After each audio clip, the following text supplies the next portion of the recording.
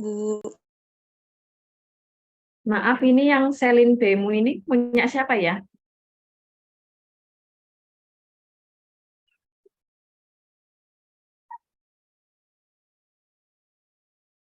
Halo, yang Selin Bemu ini siapa ya? Maria Roselin, Bu. Saya, Bu. Sebentar saya ganti dulu.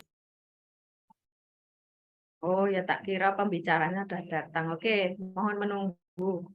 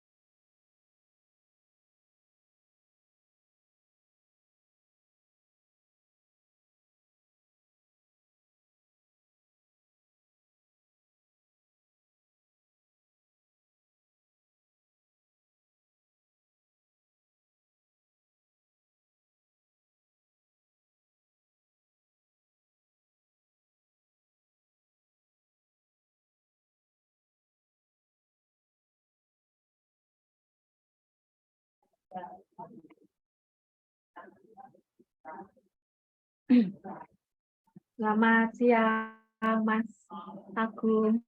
Assalamualaikum. Siang, Ibu Quintan. Selamat. Mohon maaf ini baru pindah tempat tadi. Yang awalnya jam 2, kemudian pindah di jam 12 ternyata. Oh, nggak apa-apa. Ini juga yang satu angkatan baru selesai kuliah. Jadi mohon Oh, maaf gitu. kalau Oh, ini ya ada yang satu Zoom bertiga, ada yang mungkin menyusul nanti mungkin Oh, sedang membeli makanan begitu, Mas. Oke, oh, teman-teman, kita foto dulu ya untuk dokumentasi. Terima kasih. Kita foto dulu untuk dokumentasi. Ya. Silahkan yang belum on kamera. Ya, perkenalkan Mas, ini mahasiswa Pendidikan Sejarah Sanata Dharma dari angkatan 2021 sampai 2020 ya, ini Mas, 2 semester. Halo, 2 halo angkatan. semuanya. Halo, teman-teman, selamat siang.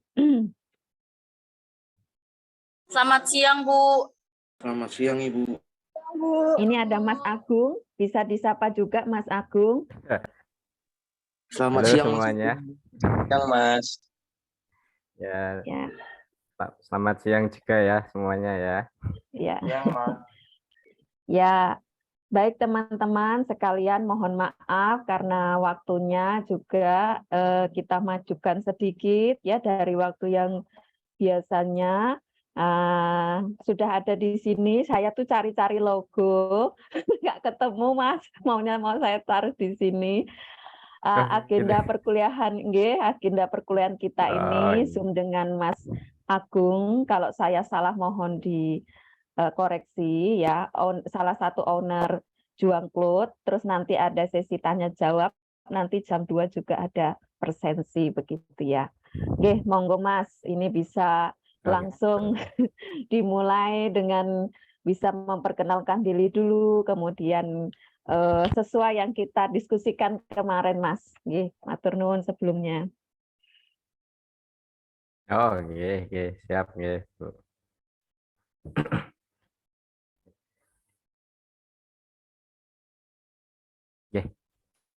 Mas Agung bisa share screen kok ini, ya.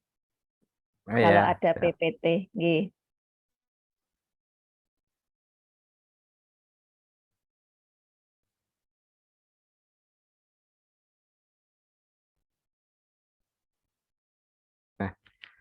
Sebelumnya, selamat siang semuanya. Assalamualaikum warahmatullahi wabarakatuh. Selamat siang. Waalaikumsalam. Selamat siang, Selamat Mas. siang, Mas Agung.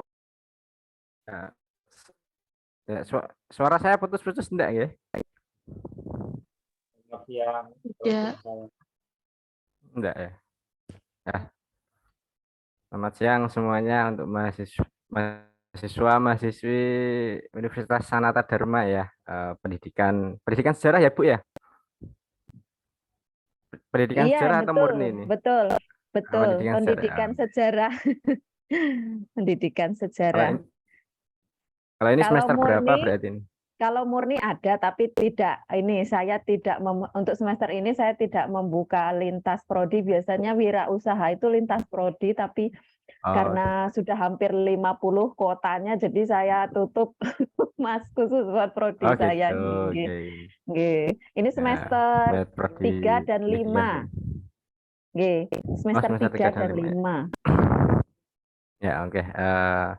Sebelumnya perkenalkan ya teman-teman semuanya, nama saya Agung Wibowo, biasa dipanggil Agung ya. Mungkin Bu Intan sudah ada tadi sudah menyampaikan owner ya. Sebenarnya saya nggak owner sih Bu. Apa ya? Cuma ikut-ikut ngerewangi sebenarnya sama teman saya. Ya, saya perkenalan dulu aja ya. Nama saya Agung Wibowo. Biasanya kalau saya di media sosial itu sering tak singkat Agung W gitu. Saya pimpinan bidang produksi di Juang Cloud. Kalau yang biasanya itu Mas Gesang untuk acara-acara seperti ini ya. Tapi beliaunya sedang ada acara kegiatan yang lain. Kemudian kemarin dihubungi ya sama pihak kampusnya untuk mengisi ya. Selain dari bidang produksi di Juang Cloud, saya juga akhir-akhir ini sibuk mengajar juga Ibu. Sebenarnya ya buat apa ya menyalurkan apa yang sudah didapat dari S1 kemarin itu. Sebagai seorang pengajar ya di salah satu sekolah swasta, kemudian sebentar kemudian berpindah juga di ngajar teman-teman mahasiswa juga. Untuk profil saya, nama lengkap Agung Wibowo, Magister Pendidikan. Untuk nomor telepon atau nomor WhatsApp itu tertera ya, alamat email juga, kemudian ada Instagram, kemudian saya ini berdomisili di Jalan Banaran Raya di kawasan UNES Gunung Pati Semarang ya. Untuk pendidikan saya ada S1 di tahun 2010 itu baru masuk, kemudian keluarnya itu 2015, kisaran berapa ya 9 semester ya, agak telat sedikit ya. Kemudian melanjutkan lagi di S2 di pendidikan sejarah juga di UNS yang ada di Solo itu tahun 2016, sempat rehat setahun ya sebelum melanjutkan S2 sampai tahun 2019, itu hampir 3 tahun itu. Ya telat juga, S1 telat, S2 juga telat nih. Nah, tapi mudah-mudahan teman-teman semuanya ini enggak telat-telat ya. Amin, Mas. Wong telat aja bisa jadi pengusaha sukses seperti Mas Agung ini ya dan teman-teman. Ya, saya amin aja Ibu. Saya amin aja Ibu. Kalau untuk saya ini untuk angkatan lahir ya mungkin ya. Angkatan lahir ini saya sebenarnya nggak jauh berbeda sama teman-teman mahasiswa ini. Saya ada di kisaran 92. Itu paling selisih. Ya, masih selisih 10 tahunan itu kayak apa? Kayak kakak adik itu sudah. Betul, Mas. Saya aja Kalau untuk 91, C. oh, Bu no, oke. dosennya 91, nggih. Oh, Lah produsennya ya ini 91. juga malah ini Mas Agung, malah apa kami tuh masih kesulitan soal tenaga juga masih buka selalu lowongan untuk dosen. Maka ini teman-teman kami apa ya dukung juga selain untuk menjadi dosen, pengajar guru juga Oh, bisa gitu. berwirausaha begitu ya. Itu Mas Agung. Iya, iya, iya. Iya. Ini kebetulan ini MBKM ya Bu ya, Merdeka Belajar itu ya. Ini mungkin bisa dimanfaatkan semaksimal mungkin dari kementeriannya, perubahan kurikulum ini, karena zaman sekarang sudah tidak ini ya, misal pendidikan sejarah itu kan kebanyakan ke guru. Nah, ada opsi lain mungkin nanti ketika lulus kuliah kok agak sungkan ya mengajar itu ya, bisa ke opsi yang lainnya. Banyak opsi-opsi yang lain. Kemudian untuk pengalaman saya di Juang Cloud ini dari awal itu 2013 sampai sekarang 2013 itu kira-kira saya masih semester 6 ya di di kampus S1 itu. Ya hampir seumuran sama teman-teman semuanya. Mulai mendirikan Juang Cloud ya. Ya untuk mendirikannya itu tidak seperti yang teman-teman bayangkan ya, dikit-dikit itu. Kemudian pengajar sejak 2020 waktu pandemi itu, bagi para pengusaha itu pandemi adalah pukulan yang hebat itu. Kemudian saya coba-coba untuk mengajar di beberapa sekolah juga, beberapa kampus juga. Ya itu profil singkat saya ya. Nah, ini di sini saya tidak apa ya, tidak menggurui ya. Kita sharing mungkin ya. Saya sama teman-teman semua ini untuk dari segi pemikiran itu mungkin lebih fresh ke teman-teman semuanya. Karena zamannya ini kalau untuk saya ini ya, ini saya ada di generasi X paling bontot ini. Generasi X kemudian tahun 96 itu sudah masuk generasi Z atau generasi milenial ini sekarang ini. Nah, saya kategorinya ikutan generasi yang lebih dulu, tidak se-booming sekarang. Awalnya saya mendirikan usaha ini karena apa ya? Bermula dari waktu masih kuliah ya, seperti teman-teman semuanya ketika semester 6 itu kalau di kampus itu kan sudah ini ya, sudah agak senior itu ya. Senior itu. Ketika di kampus, saya kemudian teman-teman saya itu sering sekali apa ya, melakukan perjalanan kemana gitu ke tempat-tempat bersejarah karena di kampus saya dulu di waktu S1 itu ada badan semi otonom. Jadi saya dan teman-temannya itu sering kemana-kemana tapi nggak punya uang. Nah, suatu saat itu pernah sampai kita touring, kalau sekarang tuh bahasanya touring, kalau zaman dulu itu tidak terlalu booming ya, kalau sekarang itu booming. Touring sampai ke Lombok, ini share pengalaman mawon nggih, Bu Intan nggih. Mboten napa-napa Mas, malah senang kita. Nggih, monggo.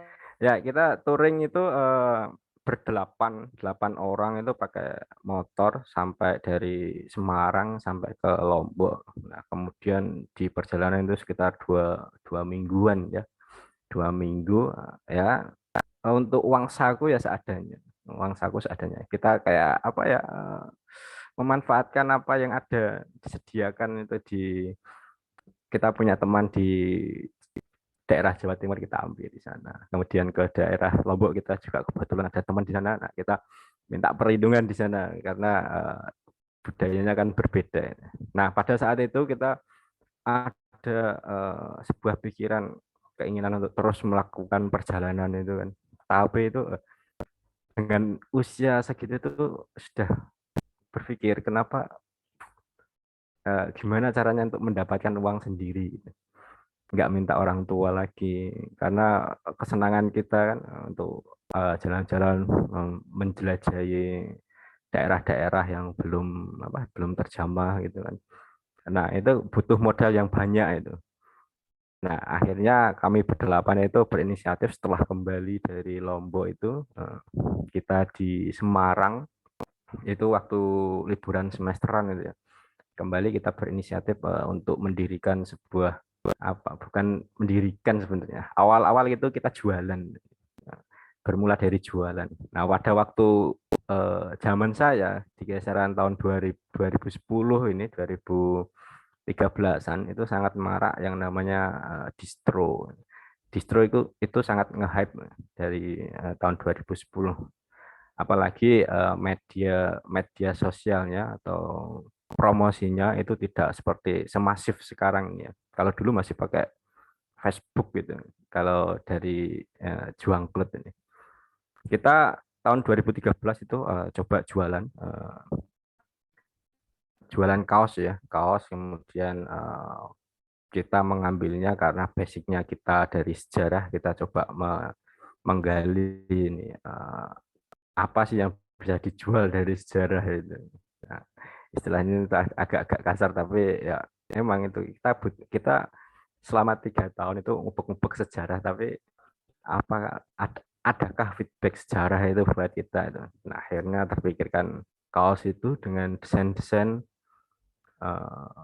tokoh-tokoh, kemudian kata-kata yang menunjukkan apa ya, cinta tanah air, kemudian nasionalisme dan lain sebagainya. Itu awal mula kami berdelapan itu ya merintis usaha ini dari mulai jualan. Nah, kemudian ketika jualan, nah, yang paling penting, yang paling pokok itu kan pasti tentang modal ya, tentang modal. Awal mulanya itu kita modal itu satu orang 50.000 iuran 50.000 nanti kita bikinkan kaos ada sistem maklon kan, dari dulu kan ada sistem maklon atau kalau sekarang itu apa ya, kita order bentuk seperti ini jadi gitu. Nah, dari 8 orang iuran 50 ribuan, kemudian kalau ada yang punya lebih itu ditambahi sekitar berapa, 200 atau 300 itu.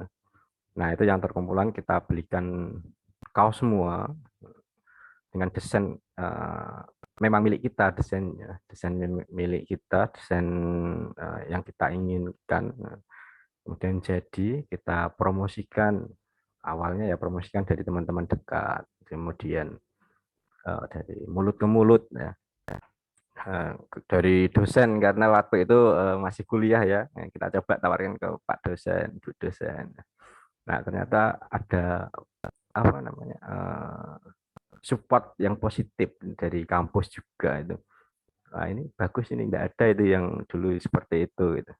Akhirnya dapat support dari dosen, teman-teman juga lingkungannya cepat support, akhirnya sedikit demi sedikit itu berkembang dari mulai jualannya lewat online gitu ya. Kemudian untuk promosinya kita pakainya itu teman-teman sendiri itu yang kelihatan cantik-cantik itu kan, wah itu sasaran tuh yang cantik-cantik gitu. Kita sasar untuk mau enggak ini jadiin model itu kayak gitu.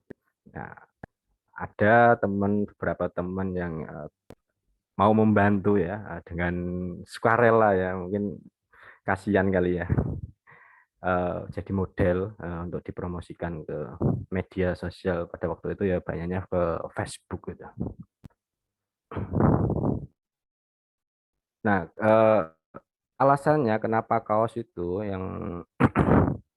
yang pertama itu untuk kaos itu dia tidak mudah basi ya, seperti makanan. Kalau makanan itu kan sehari itu paling sudah nggak enak ya, sudah beda rasanya ketika baru. Tapi kalau kaos itu meskipun itu tidak laku, tapi nanti next time itu ya kalau siapa tahu nanti kedepannya laku. Nah, itu tidak berubah nilainya, kaosnya itu ya tidak busuk ya, tidak apa namanya aus ya, dimakan waktu tergantung kita untuk perawatannya. Kemudian konsumennya itu luas, pada saat 2010-an itu anak-anak muda itu sangat ini ya, gemar memakai pakaian yang apa namanya limited. Nah, limited kita produksinya itu ya nggak banyak, dari dulu memang nggak banyak, paling 2 lusin, awalnya 1 lusin, kemudian ada untungnya dikit-dikit kita naikkan 2 lusin gitu. Nah, sampai 2 lusin ya sudah. Orang-orang dulu itu biasanya maunya tampil beda itu kan. Jadi pilihnya sering yang limited itu. Kemudian selain konsumennya yang luas itu untuk melakukan kerjasama itu sangat mudah karena banyak konveksi-konveksi yang merebak ya, apalagi di daerah Jawa, apalagi di Jogja. Nah, itu sebenarnya Jogja itu kalau di Jawa Tengah itu sebagai tempat apa ya, kiblatnya untuk para pembuat kaos itu ya, Jogja dan Solo itu kiblatnya kalau di Jawa Tengah. Kalau di Jawa itu ya Bandung itu. Mungkin teman-teman yang lainnya sudah punya, ada yang merintis usaha ini atau malah sudah punya itu. Kemudian selain itu bisa dipelajari ya tentang desain grafisnya, kemudian teknik jahitnya juga bisa mudah, sangat dipelajari itu sangat mudah. Otodidak pun bisa, tergantung niatnya dari kita. Kemudian bahan mudah dicari, bahan kaos itu gampang sekali ya dicari. Kalau sekarang itu online aja sudah dapat ya. Kemudian cat-cat sabun itu banyak sekali juga di Solo, di Jogja, di Semarang. Di Semarang itu sebenarnya masih belum sebagai kiblat untuk screen printing kalau istilah kerennya itu. Kemudian yang terakhir ini kaos itu bisa disambi. Jadi kuliah sambil jualan kaos gitu ya. Setelah hasil dari kaos ini bisa buat kuliah lagi. Kalau saya, pengalaman saya itu untuk jualan kaos itu dari tahun 2013 dan 2015 saya selesai kuliah. tapi tidak langsung pulang. Saya tetap stay di Semarang, nah, kemudian fokus ya selama 2015-2016 itu saya fokus untuk gimana caranya bisa kita produksi sendiri. Nah, kalau kita bisa produksi sendiri, pengeluaran kita itu agak bisa ditekan, kemudian untungnya itu malah lebih banyak lagi gitu. Nah, akhirnya setahun itu saya fokus sama teman-teman saya itu 2015, 2016. Nah, 2016 sudah oke. Ya, kalau saya lanjut ke S2, lanjut S2 di Solo. Ya saya sambil tetap saya sambil S2 saya kuliah itu full, itu saya sudah tidak minta orang tua itu untuk kuliah S2. Dan kuliah saya itu saya laju dari Semarang sampai Solo. Jadi kalau S2 itu kan biasanya nggak full day ya, nggak Senin sampai Jumat itu kan enggak, hanya beberapa hari kan. Nah, saya laju dari Semarang kemudian ke Solo, sampai sana numpang di kosnya teman, di kontraknya teman, balik lagi ke Semarang ngurus kaosnya. Nah, kaos itu bisa disambi seperti itu. Nah, media untuk promosi tadi sudah saya sampaikan ya. Saya memanfaatkan teman-teman kampus saya yang kelihatannya oke nih. Kalau yang cowok-cowok itu pasti kan wah ini oke nih. Kita tawari, mau enggak ini jadiin apa namanya model, kita pergi kemana gitu. Kita biasanya kalau di Semarang itu kawasan favoritnya itu ada di Kota Lama. Kita sering itu sekali ke Kota Lama. Nggak cewek semua ya untuk apa namanya promosinya, ada cowok juga. Cowok ini juga kita ambil yang kelihatan looknya itu cocok ini kayaknya dibuat kayak semacam poster itu. Kalau di kamera kan ada orang yang apa namanya di kamera itu kan kelihatan elegan kayak oke gitu. Nah gitu kita tawar-tawarin. Ini juga ada di situ ada Mas Kribo juga ya. Itu juga seorang musisi ya, musisi lokal di Untes dulu yang kita tawari itu. Promosi dari bawah ini. Emang kita semuanya itu basisnya orang yang tidak punya modal. Orang yang nggak ada modal sama sekali, dia ada. Orang tua semuanya support, orang tua support. Cuma untuk modalnya itu kurang mungkin ini ya kurang gitu ya untuk masalah biaya itu. Nah, kalau untuk urusan doa dan lain sebagainya itu sangat support sekali. Ya, akhirnya kami ya gimana caranya gitu. Ya, itu tahun 2013 awal-awal itu. Kalau sekarang yang sudah enak kita promosi, sudah ada marketplace Shopee dan apa Tokopedia, Tokped dan lain sebagainya. Kalau dulu itu masih sangat terbatas untuk marketplace ya, kayak Shopee ya, gitu. Kita masih pakainya ya media, terus kemudian kita sebar juga pamflet kita tempel di jalan-jalan yang muter Semarang itu kita tempel di sana. Kan dulu ada tempat-tempat yang khusus untuk bisa tempel poster di sini, tempel brosur di sini itu ada. Kita lakukan semacam itu. Kalau sekarang mungkin kayak enggan ya, sudah jarang sekali promosi lewat itu, lebih apa namanya? Lebih ke media sosialnya karena orang-orang banyak sekarang banyak menggunakan media sosial itu. Nah, tahun 2013 itu sistemnya kita itu adalah jualan. Kemudian tahun 2015, 2016 kita sudah mulai produksi sendiri. Di sini produksinya adalah sablon. Kalau tahun 2013 itu kita sablon itu kita kasihkan ke orang, nanti kita bayar berapa kayak gitu. Nah, itu cost-nya itu lebih tinggi dan untungnya itu lebih sedikit ya. Kalau kita bisa produksi sendiri, kalau untuk kaos itu kaos jadi plus dengan sablonnya.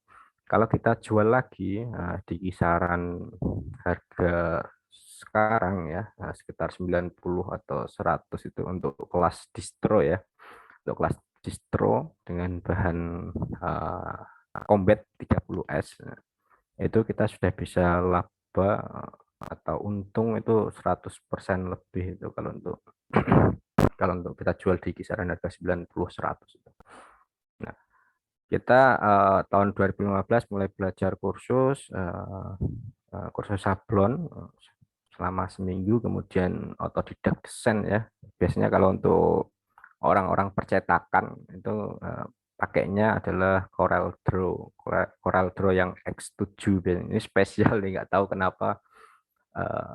Setiap saya di percetakan, kalau saya pakai yang X8 atau X9 itu Corel Draw yang X8 9 itu mereka mintanya diturunin, nggak tahu kenapa. Mungkin lebih enak kali ini untuk Corel Draw X7 itu. Tapi basisnya untuk desain yang formatnya vektor kayak gitu, itu enaknya pakai Corel Draw. Kita belajar sendiri, saya kemudian teman-teman saya itu otodidak semua. Kita manfaatkan apa ya media-media yang ada sekarang ini seperti YouTube kemudian gabung ke grup-grup di Facebook itu biasanya banyak sekali grup-grup tentang apa yang kita sedang jalani, misal kayak sablon itu pasti ada grup sablonnya, kemudian pasar itu juga ada pasar sendiri kan kalau di Facebook itu. Nah, kita otodidak Corel, kemudian Photoshop, dan juga memberanikan diri untuk membuka jasa sablon dengan tanpa minimal order. Jadi ketika tahun 2015 kita berani sewa toko, sudah mulai sewa toko. Kalau tahun 2013-14 itu kita masih pakai kos ya, kos-kosan maksudnya. Pakai kos-kosan sebagai base camp. Nah, 2015 kita coba sewa toko. Nah, dari situ mau nggak mau kita harus bisa karena untuk bayar toko itu ya. Nah, dari situ mulai kita membuka jasa sablon by request ya. Kalau ada orang yang pengen request desain apa, kita kasih free desain, kemudian dengan harga satuan bisa. Itu waktu 2015. Nah, itu masih jarang kalau untuk di Semarang dulu itu untuk satuan itu masih jarang. Kita berani untuk satuan gitu, sebagai nilai plus atau ya apa ya. Biar orang-orang gini tuh, kita pesan kaos itu tidak perlu sampai puluhan, tidak perlu selusin, 2 lusin atau sekodi gitu. Satu pun bisa. Nah, akhirnya dari situ kita lewat dari para konsumen itu kita melakukan apa istilahnya, promosi juga dari teman ini. Wah, setelah dibikinin kaos satuan kan, wah kok bisa bikin satuan, nanti dia cerita ke temannya, nah dari mulut ke mulut itu. Nah, akhirnya sampai bisa meningkatkan apa ya, peralatan kita. Kalau dulu kita masih pakai manual ya, screen printing. Kalau istilah kerennya itu screen printing. Kalau bahasa Jawanya itu ya sablon. Nah, sablon ini juga banyak jenisnya sebenarnya ya. Kalau yang saya pakai itu sablon kaos, untuk kaos, ada juga sablon untuk kertas, ada juga untuk plastiknya. Itu banyak sekali ya. Dan ini hanya salah satu bentuk apa ya, sablonnya dari media kaos. Kalau sistemnya itu sama, kaos, kertas sama plastik itu sama. Tinggal kita mau ndak ke sana, ke arah sana. Tapi kalau untuk kami ini Juang Cloth ini kita emang fokusnya di kaos. Nah, dari perjalanan itu pasti itu kan capek banget itu rasanya. Nah, kita apa ya, optimis itu untuk selalu bersikap positif. Tidak apa, kadang ya ada juga perdebatan antara kami dengan teman-teman yang lain, itu perdebatan masalah A, masalah B, masalah C, tapi tetap demi juang ini. Nah, itu sebuah perjuangan kayaknya. Nama Juang Cloth juga itu diambil dari kata perjuangan itu, kata dasar juang itu. Karena memang kami benar-benar dari nol, itu dari nol kemudian sampai dengan masih hidup sampai sekarang itu, meskipun terkena pandemi itu kan masih bisa tetap bertahan. Harapannya sih seperti itu untuk nama ini. Kemudian untuk desain produknya ini beberapa desain-desain di awal-awal dulu kami memproduksi, masih banyak lagi sebenarnya, ini hanya saya berikan contoh sedikit ya. Ada Pak Habibie, pasti familiar kan dengan desain-desain seperti ini. Tokoh-tokoh seperti ini, ada Soekarno, kemudian ada Suhogi. Ini mungkin dari teman-teman ada yang kenal Suhogi ya? Tidak ada. Suhogi, kemudian Pramudia Anantatur, seorang sastrawan yang terkenal ya. Kemudian ada juga kata-kata seperti toleransi yang kita gabungkan dengan lambang negara. Itu untuk desain produknya. Nah, untuk pembuatan desain ini biasanya ya muncul dari ide-ide teman-teman sih, teman-teman kita terkait dengan tema sejarah yang pastinya ya, tentang keindonesiaan, kemudian tokoh-tokoh yang ada di Indonesia, kemudian apa ya, peristiwa-peristiwa yang lagi hype itu juga sering kita bikinkan produknya, kayak apa ya, kayak plesetan-plesetan kata kayak gitu. Seperti merdeka itu ada D-nya yang di kurung buka atau kurung tutup, itu seperti nanti bisa dibaca mereka kayak gitu. Itu kayak semacam apa ya, sindiran atau satiran untuk orang-orang yang di atas itu ya. Kemudian desainnya itu ya selalu kami lewatnya Corel Draw. Kalau nggak Corel Draw ya Photoshop. Beberapa jenis aplikasi desain itu juga banyak sebenarnya kalau sekarang. Apalagi di sekarang sudah merambah ke handphone ya. Handphone ada Canva, ada apa namanya, yang buat gambar sendiri itu. Saya lupa itu, ada di HP juga sekarang. Tapi kebanyakan kami itu menggunakannya Corel Draw sama Photoshop untuk mengolah gambar. Itu kalau gambar kayak yang saya contohkan ini biasanya kita olahnya lewat Corel Draw. Kalau untuk apa, gambar ini dimasukkan ke kaos itu kan kayak mock-up-an kayak gitu, itu biasanya kita pindahkan ke Photoshop dulu. Nah, kalau Photoshop itu untuk ngedit fotonya itu lebih enak, ngedit foto, bentuknya foto. Kalau Corel emang bentuknya desain seperti vektor-vektor seperti ini. Meskipun ngedit foto itu bisa di Corel, tapi agak rumit kalau untuk di Corel, lebih simpelnya di Photoshop. Itu untuk desain produknya. Nah, untuk kelebihan dari usaha ini ya, itu modal usahanya itu sangat terjangkau sekali ya. Nah, kita dari uang 100.000 pun kita bisa. Kalau sekarang itu namanya dropship itu.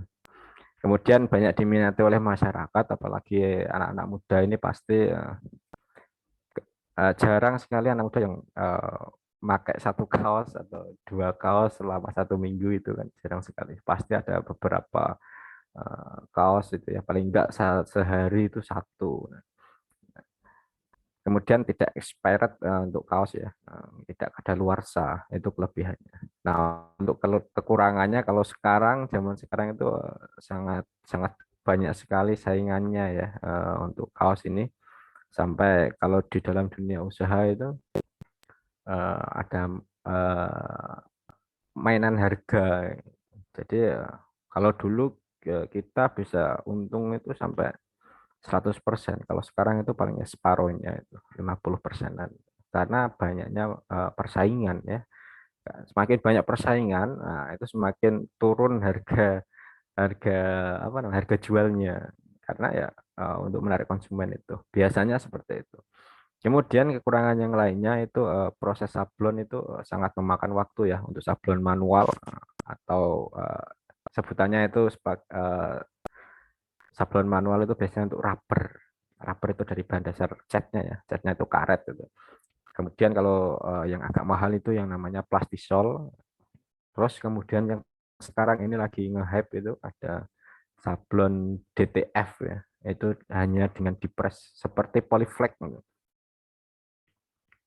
Kalau zaman tahun 2015-an itu yang ngetren itu kan untuk yang dipres itu polyflex yang untuk nomor punggung itu, nomor punggung jersey. Nah, dulu itu kan ada kan jersey, kemudian entah ori, entah grade ori sebenarnya grade ori yang belakangnya masih kosong. Nah, kita bisa request nomor punggung aja dengan biaya tertentu. Itu kan dulu ada seperti itu. Kalau sekarang saya kurang tahu. Itu juga bisa menjadi satu peluang usaha ya, apalagi untuk mahasiswa itu lumayan, sangat lumayan sekali. Teman saya dulu pernah jasa seperti itu, jasa polyflex itu untuk bikin nomor punggung. Dan hasilnya memang lumayan sekali dia. Seminggu itu bisa sampai 1 juta itu bersih. Itu tingkat mahasiswa seminggu. Kemudian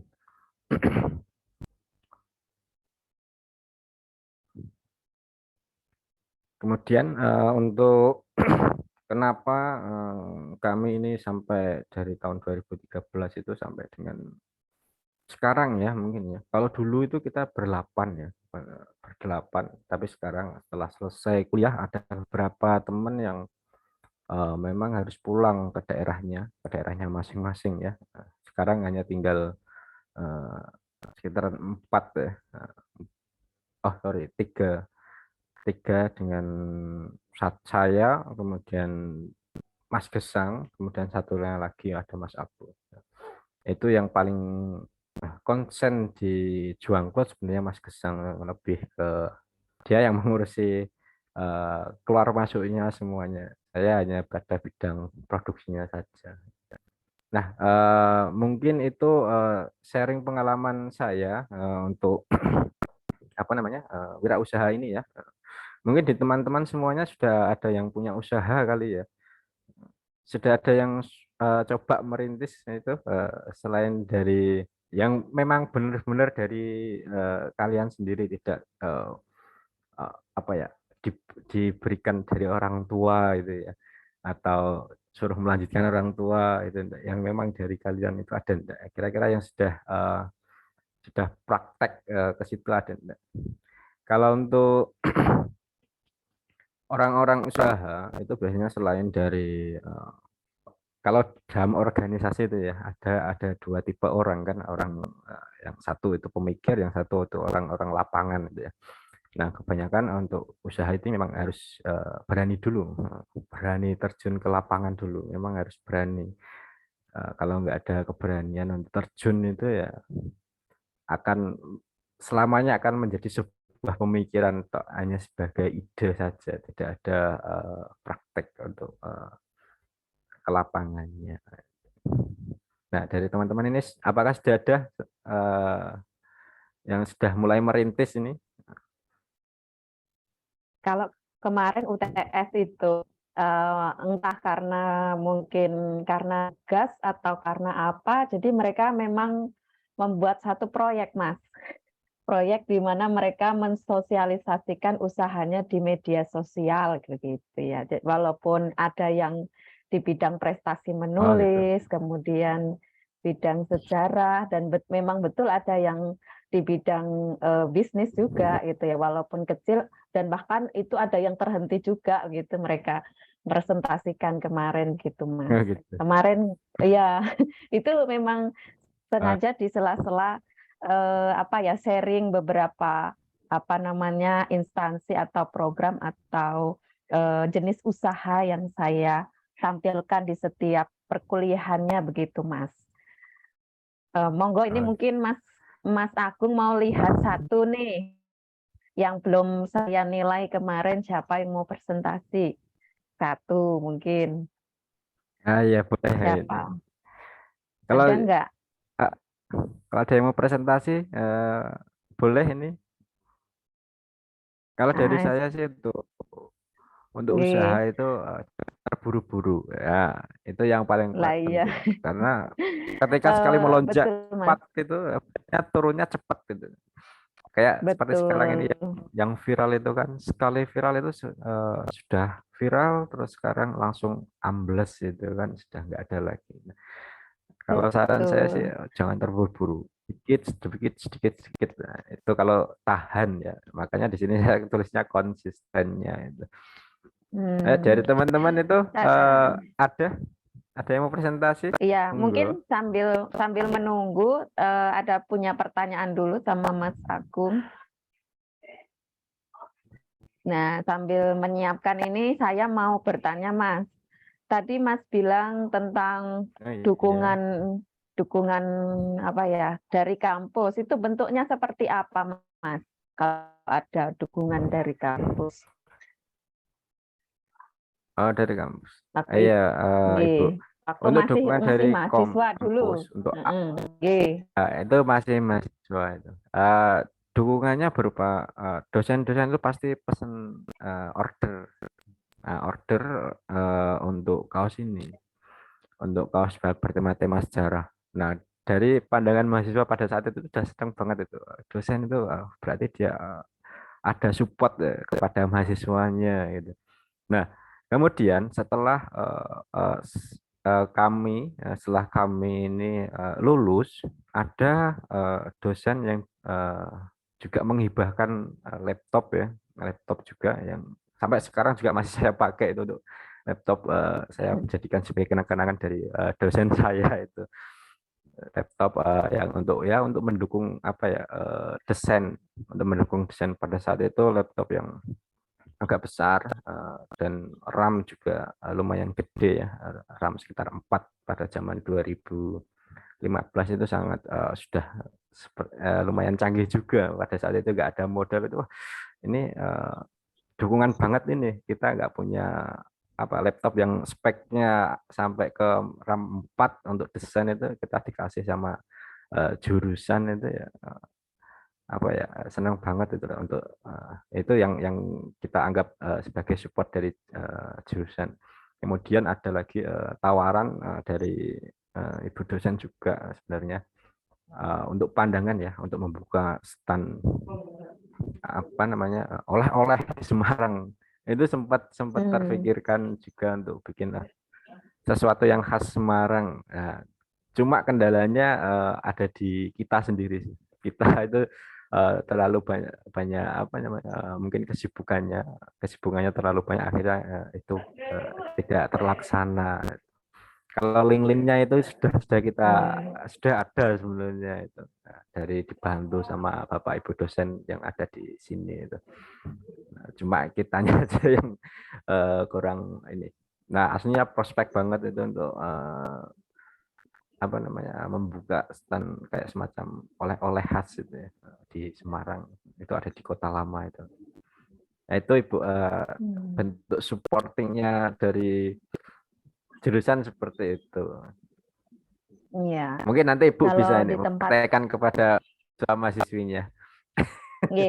Kalau di tempat kami itu malah dilatih ya Mas ya untuk mencari dana usaha di setiap kepanitiaan. Tapi itu saya lihat yang dulu sudah jadi alumnus begitu ya, mereka di kepanitiaan juga mencari dana usaha untuk tambah-tambah, evaluasi bisa jalan kemana-mana ya, untuk sekedar senang-senang Mas Yan.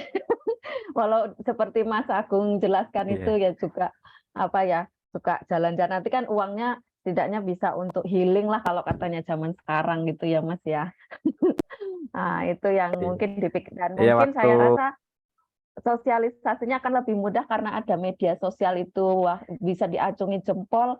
Kalau dulu itu bisa mengambil banyak keuntungan dengan apa ya istilahnya ya, sosialisasi yang mungkin terbatas, tidak seperti zaman sekarang Mas gitu. iya benar Ibu. Karena dulu memang untuk promosi ya atau sosialisasi itu sangat ekstra sekali, itu sampai kita nempel-nempel apa namanya brosur-brosur itu sampai tengah malam.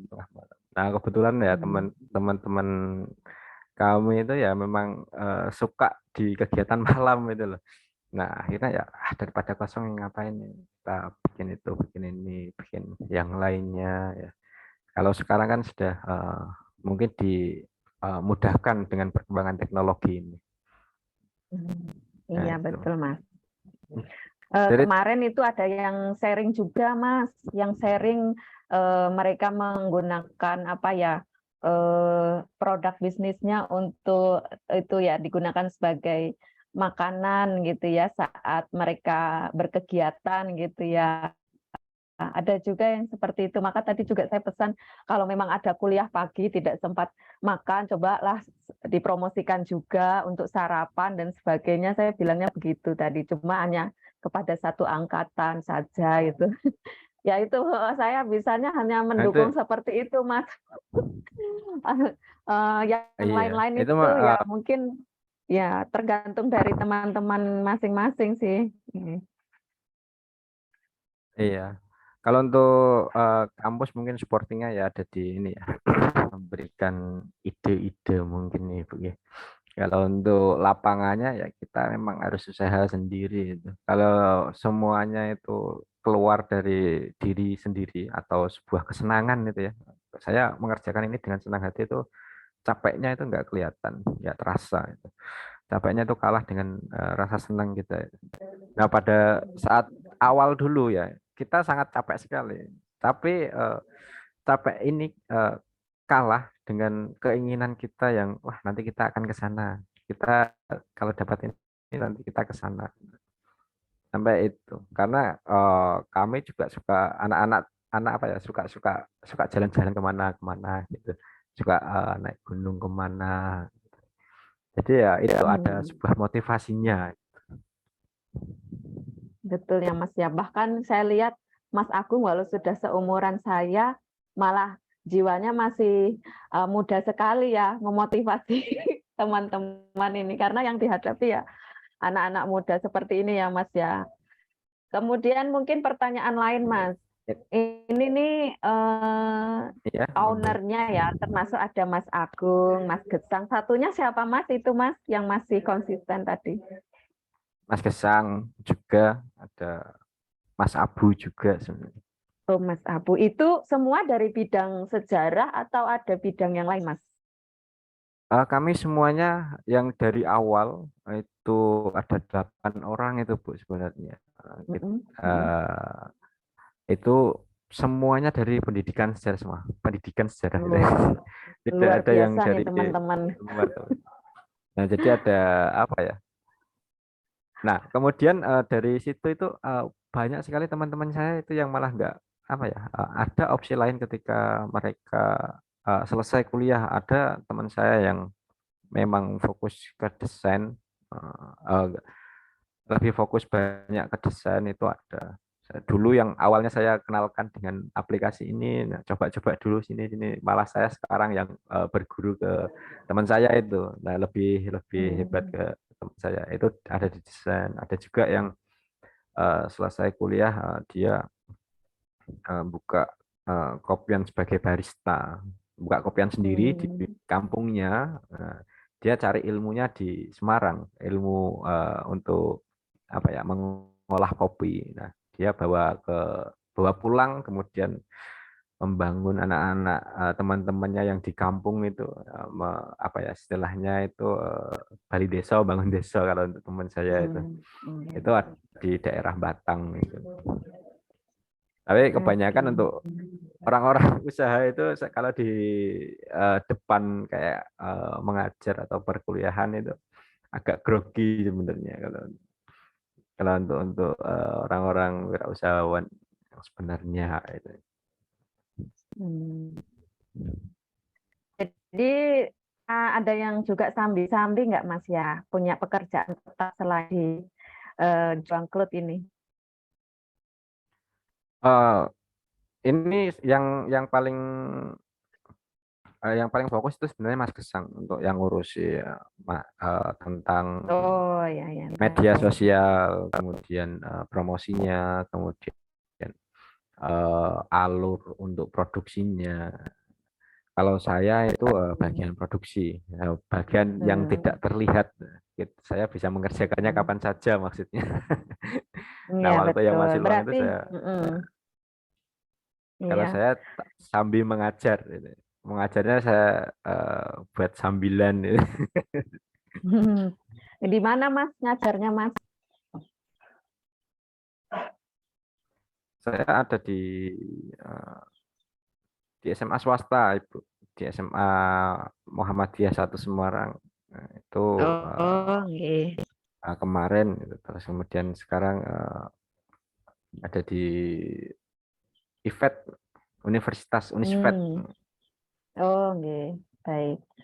Nah, Mas, jadi kan sebenarnya Kak kita itu yang mungkin kesulitan cari pasarnya ya, cari istilahnya tuh, oh kita harus cari yang kita tuju dulu, pasarnya siapa. Mungkin kita tahu yang walaupun dari jurusan pendidikan sejarah, terus nanti mendesain karakter-karakter sejarah, nanti yang kita tuju adalah pasti mungkin alumnus dari dulu awalnya mungkin teman-teman mahasiswa, dosen dan mungkin alumnus pendidikan sejarah yang mungkin sangat meminati dan bahkan mungkin di sekolah mereka kalau ada event-event pasti mesen gitu kan ya Mas.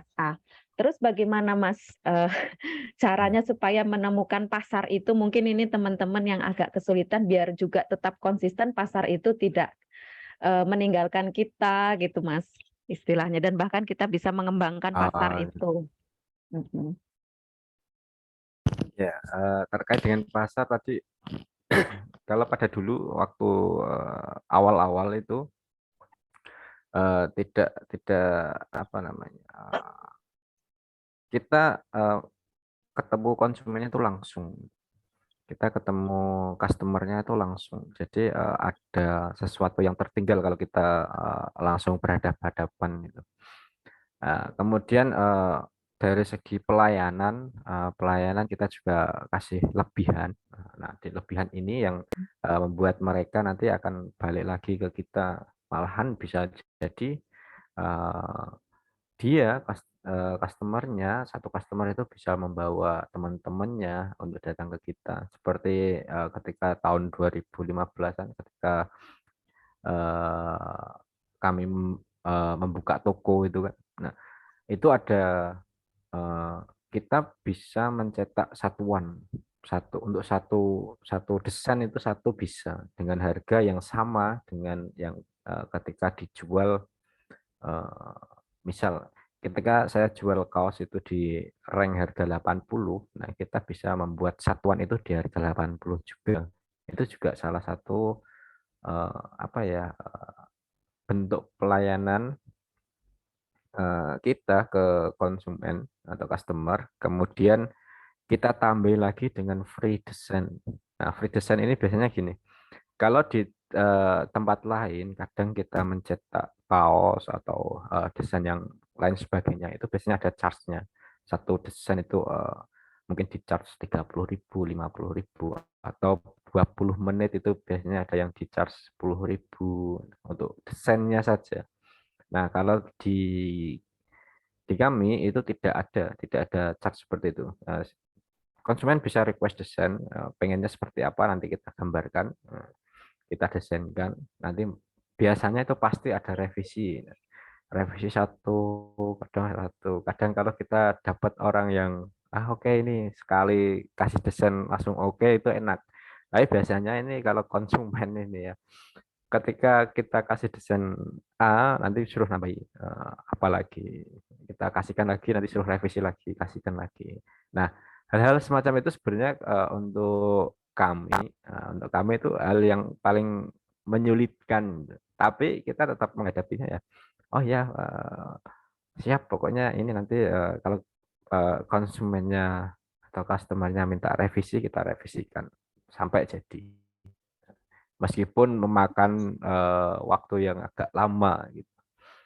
Nah, itu mungkin di segi pelayanan gitu. Karena dari pelayanan ini ketika satu orang puas itu biasanya dia akan mengajak teman yang lainnya untuk datang ke kita, atau ada sesuatu hal yang beda dari yang ada di pasaran. Misal kaos itu kan banyak orang punya usaha kaos itu banyak, tapi yang bertema itu jarang yang bertema. Nah, ada tema sejarah. Kalau sekarang lumayan banyak untuk tema sejarah. kemudian tema keindonesiaan, tema dan lain. Nah, itu kan sebuah yang unik ya pada saat itu. Itu Ibu. Oke, baik Mas, banyak pengalaman ya ini ya. Nah ini saya kalau nggak menunjuk teman-teman mahasiswa itu nggak mau bersuara ya. Sebelum saya tunjuk ada yang mau men-sharingkan kemarin yang belum presentasi, teman-teman silahkan siapa? Nah ini Ya, teman-teman yang enggak. lainnya nggak apa-apa, kita santai aja. Iya, ini soalnya kan kemarin juga pas UTS itu saya minta, tapi sebenarnya ada yang juga Ini usahanya untuk memang apa ya Mas ya, juga terhenti, tapi mereka sebenarnya masih ada keinginan untuk memulai usaha lagi gitu Mas. Nah kalau misalnya mau memulai ya. usaha yang terhenti, Mas Agung ada pengalaman tidak Mas? Dari teman-teman gitu, yang usahanya terhenti tapi bisa mulai untuk lagi. usaha kalau untuk saya usaha yang terhenti terus kemudian memulai lagi itu ada juga teman yang kena apa istilahnya, kayak semacam apa bisa dikatakan bangkrut lah, bangkrut tapi dia mencoba memoles lagi produknya dari, kalau teman saya itu ada yang jualan susu Bu. Susu itu ada berbagai varian rasa, terus kemudian entah kenapa, entah tidak tahu salah manajemen atau apa, tapi itu kemudian tiba-tiba bangkrut atau konsumennya turun ya, belum bangkrut sih, konsumennya turun, terus kemudian sepi, itu kan jualan. Nah, setelah sepi itu dia tutup, tapi setelah itu dia balik lagi dengan gaya yang berbeda. Kalau yang awalnya dulu itu hanya satu, misal bisa dikatakan satu tempat atau satu kafe yang menyediakan susu itu, mereka untuk membuka kembali dia pakainya yang kayak franchise itu loh. Jadi di kayak langsung bisa dibawa pulang. Nah, kayak semacam es gerobak itu lah. Tapi jualannya tetap susu yang dikemas pakai kemasan ya, di packaging sedemikian itu dijual di satu lokasi, 2 lokasi, 3 lokasi. Jadi merambah ke banyak tempat, tapi dengan bisa dibawa pulang. Kalau dulunya dia stay, mungkin satu orang itu kayak kopian itu ya. Satu orang itu bisa pesen kopi tapi duduknya itu berjam-jam. Kemudian diganti bisa langsung dibawa pulang. Lebih cepat untuk apa namanya habisnya. Tidak selalu kelihatan ramai tapi langsung ini apa ketika beli itu langsung bisa pulang. Kalau untuk anak-anak tongkrongan itu.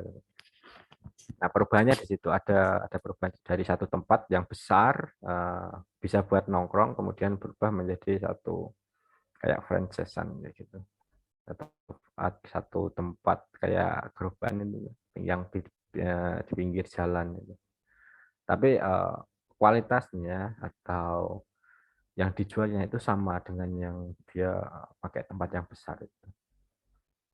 Ada inovasi lah, ada perbedaannya dari ini. Mungkin ada yang mau tanya Ibu, ini Pius. Ya, mungkin ini mau tanya atau mau ini. presentasi, monggo silahkan Mas Pius dulu. Ada, oh ya, Mas Pius. Selamat siang, selamat sore Mas Agung dan Bu Intan. Saya iya, selamat siang. Sebelumnya mau halo Mas Pius, kurang jelas suaranya. Saya nggak bisa on cam dikarenakan itu. Oh, kurang jelas ya Bu ya, maaf. Bagaimana Bu? Sudah jelas Bu suaranya Bu? Iya, ya sudah. Saya mau bertanya sih Mas, kan itu Mas usahanya Mas kan bergerak di bidang tekstil lah kalau bisa dibilang ya Mas ya. Iya. Nah, perkaosan lah yang saya lihat tadi. Nah itu kira-kira ada banyak atau ada yang meminta kayak di luar kaos nggak sih Mas? Atau misal ada dari satu komunitas atau grup gitu minta bikinin apa sablonin saya ini dong, misal jaket A atau jaket model B gitu-gitu. Nah kalau misal pun ada, bagaimana Mas menangani demand seperti itu? Terima kasih. Iya. Ini langsung saya jawab ya Ibu ya. Ya, monggo Mas. Untuk Mas Bius dan teman-teman yang lainnya. Kalau komunitas sekarang ini sangat banyak sekali ya. Dia tiap komunitas itu ingin sekali menonjolkan bahwa ini loh saya gitu loh. Nah, ketika kita eh, ingin berjualan atau ingin membuka usaha, tentunya kita harus bisa beradaptasi dengan perkembangan juga. Nah, di awal tadi ketika kami di tahun awal-awal ini ya mencetuskan Juang Cloud ini, kita basicnya masih jualan, jualan aja. Jualan, kita pakai kerjasama dengan konveksi. Kita kerjasama. Nah, kemudian setelah kita sering ke konveksi, nah akhirnya kan kita biasanya akrab gitu, akrab dengan yang punya konveksi. Nah, di situ ada penambahan lagi ketika ada kadang konsumen ada yang tanya nih, Mas bikin misal kayak tadi ya, Mas Bios jaket seperti ini bisa enggak, seperti ini bisa enggak. Nah, kita langsung komunikasikan dengan konveksi. Jadi kami itu hanya sebagai perantara. Itu di awal-awalnya. Kita sebagai perantara meskipun untungnya sedikit, nggak terlalu banyak, tapi kita ada apa ya? Jangan sampai ini konsumen itu tidak jadi pesan atau beli di kita kayak gitu. Itu dulu prinsip kita itu prinsip kami dulu itu seperti itu. Jadi kita usahakan untuk melayani customer itu. Nah, kemudian berkembang ke 2015 kita bisa bikin sablon sendiri, kemudian jahit sendiri, akhirnya ya kita buka variasi yang lain selain dari kaos bertema sejarah, kita sedia atau ready stock, kita juga membuka apa ya direct request, pesanan-pesanan ya gitu. Kalau ada yang pesan ini, pesan model ini, nah, itu kita juga bisa melayani seperti itu. Nah, itu perkembangan itu Mas Bius. Itu ya Mas Bius Ya. nih. Terima kasih Mas Agung, Mas Pius. Satu lagi nih, Mas Andika silahkan. Ya, Mas Andika. Iya, Pak, suara saya terdengar, Bu. Pak. Terdengar? Ya, terdengar. Iya. Baik, Pak. Terima kasih tentang pencerahan mengenai dunia usaha ya, Pak. Nah, yang di sini saya mau tanyakan kan, Bapak itu tergolong dengan pengusaha muda ya, Pak. Tentu di umur dulu mungkin kalau boleh tahu dulu umur pas waktu membuka usaha itu umur berapa, Pak? Seumuranmu. Umur berapa ya? Umur 20 atau 21 kayaknya. Nah, 20-an. ya mungkin seumuran kita ini kan, Pak. Dulu waktu membuka usaha kan masih sangat muda. Nah, itu dulu yang mau saya tanyakan itu hal-hal apa saja yang harus kita perhatikan, pokoknya harus kita pikirkan matang-matang sebelum kita itu masuk ke dalam dunia usaha. Misalnya ya Pak, kita ini mau membuka usaha di bidang makanan atau di bidang yang lain yang sekarang ini sedang tren gitu kan Pak. Nah, hal-hal apa saja yang patut kita pikirkan mendalam dan resiko-resiko apa yang seharusnya kita hindari di dalam membuka usaha itu, Pak. Terima kasih. Ya, untuk ini ya, hal-hal yang perlu diperhatikan ya ketika ingin sekali membuka usaha ya. Yang pastinya yang perlu kita perhatikan itu adalah tentang permodalan kita. Ketika kita ada modal, ada yaitu modal itu ya, modal kita bisa planning, membuat planning semacam nanti arah kita roadmap ya, semacam roadmap bisnis kita itu nanti seperti apa di awalnya, kemudian kita opennya itu mau open yang ada diskon atau ada voucher, ada yang lainnya. Nah, kemudian itu ada roadmapnya, ada alurnya selama mungkin setahun ya, atau paling enggak ya kalau di awal-awal enggak setahun ya, mungkin 2 bulan 3 bulan. Nah, selama 3 bulan itu gimana, nanti kita evaluasi gitu. Nah, itu tentang permodalan. Kalau tidak ada modal, seperti kami, seperti kami ini kan modalnya iuran 50.000 di awal-awal itu. Jadi kita tidak pikir panjang, 50.000 itu coba kita nanti bisa enggak ini, bisa lanjut enggak itu. 50.000 dapat 1 lusin kaos, kita jual laku semua. Laku semua itu akhirnya kita bikin lagi. Kalau tidak ada modal atau modal yang limit, itu kan kita tidak peduli dengan aspek ruginya kan, aspek bangkrut atau tidak lakunya itu kan tidak terlalu menyakitkan istilahnya. Itu dari saya. Ya, mungkin kalau ada modalnya itu perlu dipikirkan. Kalau ada modal baik-baik ya, itu perlu dipikirkan apakah nanti ketika, kalau saya tuh sering berpikirnya seperti ini. Saya menjalankan sesuatu yang ke depannya, itu saya ambilnya yang paling, kira-kira yang terburuk itu apa sih? Yang dari hal yang saya putuskan ini itu kira-kira apa? Nah, kemudian siap enggak itu saya dengan hal semacam itu. Kalau saya tidak siap ya saya nggak akan pilih jalan itu, kayak gitu. Jadi ada apa namanya, pandangan ke depan dengan hal yang paling terburuk yang terjadi sama kita. Itu sih kalau dari saya. Terima kasih, Pak. Ya, sama-sama. Masih Kemudian Mbak ada lagi Safira. nih, Mas. Oh iya, nggak apa-apa, Mas. Oke, Ya, Mbak. sebelumnya terima kasih ya Mas Agung, Bu Intan, dan Pak Agung Iya. semuanya. Ya, saya tertarik nih, kan tadi kalau tidak salah Pak Agung sudah menjelaskan ya tentang usahanya itu, dan tidak salah juga Pak Agung ini menjadi seorang guru di salah satu sekolah swasta di Semarang, nggih Pak, nggih. Nah, Ya. itu yang menjadi pertanyaan saya ini, bagaimana cara Pak Agung ini memanage waktunya ya. Apalagi kalau usaha begitu kan otomatis banyak peminat untuk membeli atau konsumsi konsumennya gitu. Nah, itu bagaimana, adakah prioritas tertentu ya. gitu ya?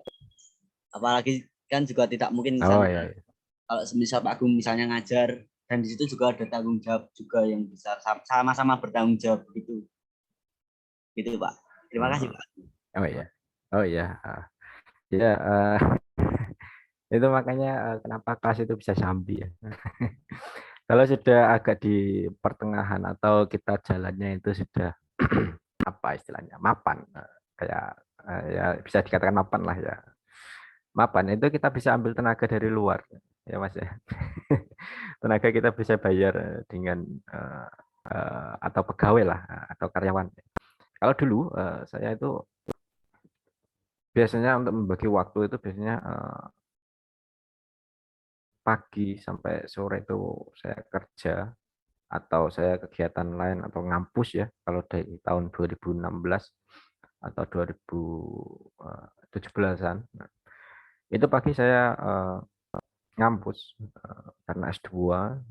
Itu juga di kampus itu nggak langsung tidur ya. Biasanya di kampus kalau S2 itu banyak sekali tugasnya ya.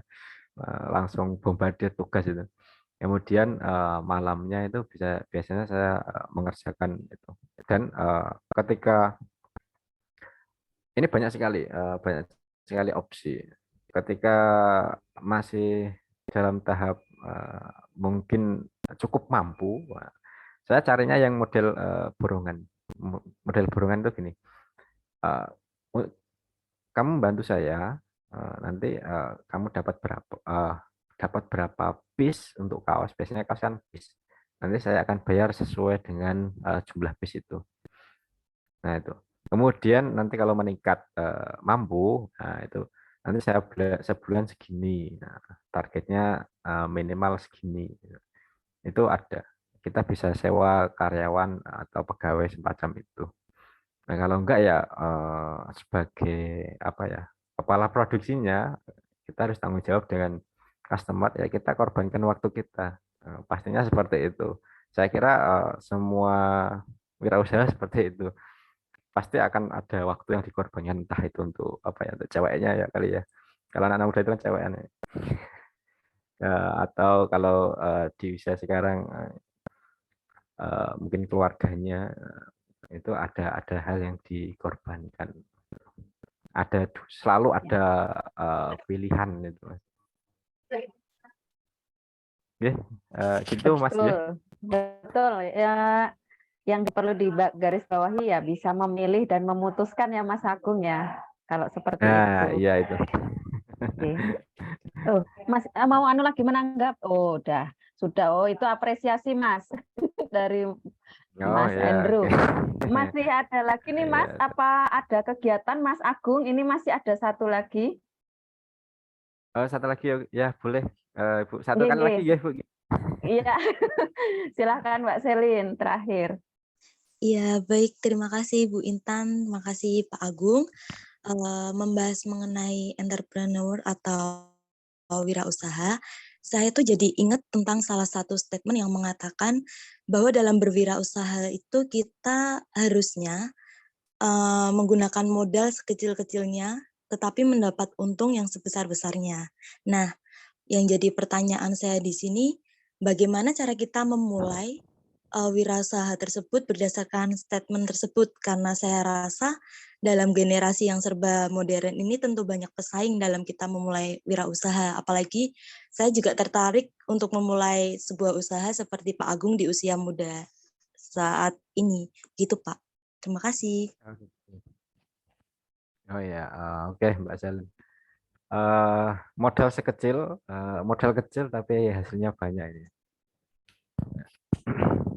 Ini agak ini ya, apa namanya, agak banyak jawabannya.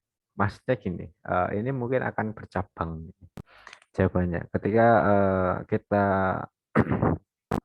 pandangannya untuk usaha yang memulai usaha ya, modal sekecil dengan hasil yang banyak itu pasti akan memakan tenaga yang sangat banyak sekali.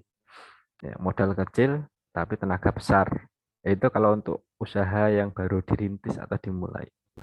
Nah, orang-orang yang biasanya nih, orang-orang yang mengatakan hal semacam itu, dia sudah ada di tengah-tengahnya. Di antara antara 1 sampai 10 ya. Orang itu ada di 5, 6 atau 7. Dia bisa memanfaatkan keuntungannya untuk mendapatkan misal membuka cabang yang lain atau membuat bisnis yang baru. Dia mengeluarkan modal itu kecil. Karena apa? Kecil itu karena dari keuntungan yang didapatkannya. Dia dari rank 1 sampai 10 ini ya. Nah, kalau kita ada di rank 1, modal sekecil apapun itu pasti ngefeknya adalah di tenaga kita. Badan kita itu siap enggak? Itu kalau pikiran saya secara realistis itu. Kalau yang semacam itu ya kita lihat dulu yang mengatakan itu seperti apa. Orangnya itu dia memulai usaha dari apakah memang benar dari nol. Kemudian apakah itu support modalnya itu sangat banyak sekali ya kan dari orang tua. Nah, itu kan bukan modal kita. Iya kan? Modal orang tua itu kan bukan modal kita. Itu kan modal orang tua dikasihkan ke kita, dikasihkan. Nah, akhirnya kita mikirnya, oh saya nggak modal loh, tapi bapak saya itu yang modal itu. Nah, ada yang semacam itu. Nah, kemudian ada juga yang memang dari nol, tapi dia mengatakannya ketika sudah apa namanya di tengah-tengahnya, dia sudah mapan, kemudian sudah punya laba yang banyak. Nah, laba itu biasanya kalau di bisnis itu ada untuk masalah keuangan ya, manajerialnya ya, untuk usaha itu sendiri, ya, untuk rumah tangga itu sendiri atau untuk pribadi itu sendiri, kayak semacam sistem digaji gitu. Nah, yang dia gunakan itu biasanya yang punya usaha. Dia tidak akan seperti ini. Kalau kita mengikuti tentang Twitter, Twitter sama apa itu yang punya Elon Musk itu kan seperti semacam itu. Dia tidak ada konsekuensi apapun ketika Twitter itu jatuh, atau yang mobil listrik itu apa saya lupa namanya itu. Karena itu kayak diputarkan gitu loh, diputarkan. Kalau ketika Twitter jatuh yang nanggung itu yang mobil listriknya. Nah, ketika yang mobil listriknya jatuh itu yang nanggung adalah Twitternya, bukan orangnya itu. Nah, semacam itu Mbak Selin. Agak panjang, agak ribet memang. Dan mudah-mudahan Ya. dapat poinnya ya. Baik, Baik, Pak. jadi kata Terima kasih. kuncinya dari kata kuncinya dari orangnya ya Mas ya. Ada di grade berapa ya? Begitu ya Mas ya. Iya. Sesuai karakter kita masing-masing. Iya. Nggih. Mas Agung Ya. bisa di top share Mas? Bisa di share? Iya, ya Ibu gimana? Oh, baik. Saya mau stop share. Coba saya dari sini ya. Baik. Aduh saya. Nah, ya, oke. Baik. Teman-teman kita kasih apresiasi dong untuk Mas Agung ya, reaction-nya. Boleh. Nah, Oh iya. silakan. Terima kasih banyak Mas. Oh ya, terima kasih. Mari kita on kamera dulu, on kamera dulu ya. Baik Mas. Saya mewakili teman-teman dari Prodi Pendidikan Sejarah Universitas Sanata Dharma merasa sangat terhormati dengan kehadiran Mas Agung di perkuliahan kewirausahaan ini. Semoga tidak kapok, masih bisa hadir di tahun depan kalau ada. Kalau masih saya yang ngampunya ya Mas ya. Mudah-mudahan ada ya. Iya, siap, Karena Bu, ini siap, juga siap. sudah ada MOU dunia usaha dan dunia industri ya. Kami sudah pegang MOU-nya dari Prodi Pendidikan Sejarah dan Juangklut ya. Juangklut kami sudah ya. Sampaikan salam kami kepada Mas Gesang. Mungkin lain waktu kami bisa bertemu sapa. Apalagi bisa magang secara langsung di Juangklut ya Mas ya. Itu mimpi kami. Mimpi kami. Sayangnya kemarin mohon maaf nih, sayang sekali PKKM-nya kemarin nggak lolos Mas. Jadinya kami bisa mengundang seperti ini. Iya, nggak tahu kenapa di tahun kedua ini 3 prodi nggak ada yang lolos. Yang lolos hanya farmasi, PPI, dan kalau nggak salah itu apa? Yang satunya ada 3 prodi. Jadi dari prodi kami moga-moga di tahun mendatang bisa lolos lagi Mas. Mohon doanya. Ya, Biar kita mudah-mudahan bisa ya, Bu magang ya. Amin. Juangklut. Banyak terima kasih waktu dan Yang terbaik pokoknya kehadirannya. untuk pendidikan sejarah. Amin. Semoga kapan-kapan bisa mampir studi banding Uniset apa siap. nih? Uniset. Nickname-nya. Iya. Baik, terima kasih banyak sekali lagi Mas Juang, Mas Agung, namanya apa bisnisnya Juangklut ya, bisa ada di Instagram, silakan teman bisa mencari. Mohon maaf ini Mas sebenarnya ada hampir 50 tapi ada banyak orang di sini. Angkat 2 sahabat, perlihatkan mukanya Mbak Mas, on kameranya bisa yang dua-dua. Kita foto dulu ya. Kita foto dulu Mbak Mas semua on kamera. Terima kasih. Kita foto dulu. Ya, silahkan. Nah, ini wajah nggak karuan ini Mas Agung. Mari. Ya, saya hitung ya. 1, 2, 3. Ya, nanti kami kirim Mas. Oh ya, siap Ibu. Ya. Banyak terima kasih sekali lagi. Gitu Ibu, teman-teman semua. Warahmatullahi wabarakatuh, Mas Agung dan teman-teman semua. Sama-sama. Banyak terima kasih. Sampai ketemu lagi. Semoga bermanfaat. Amin, sangat bermanfaat. Ada rekamannya. Ada rekamannya Mas. Banyak terima kasih. Nanti kita lanjut di WA ya Mas ya. Selamat sore. Oh iya Ibu. Teman selamat sore. Semua. Selamat sore. Izin live.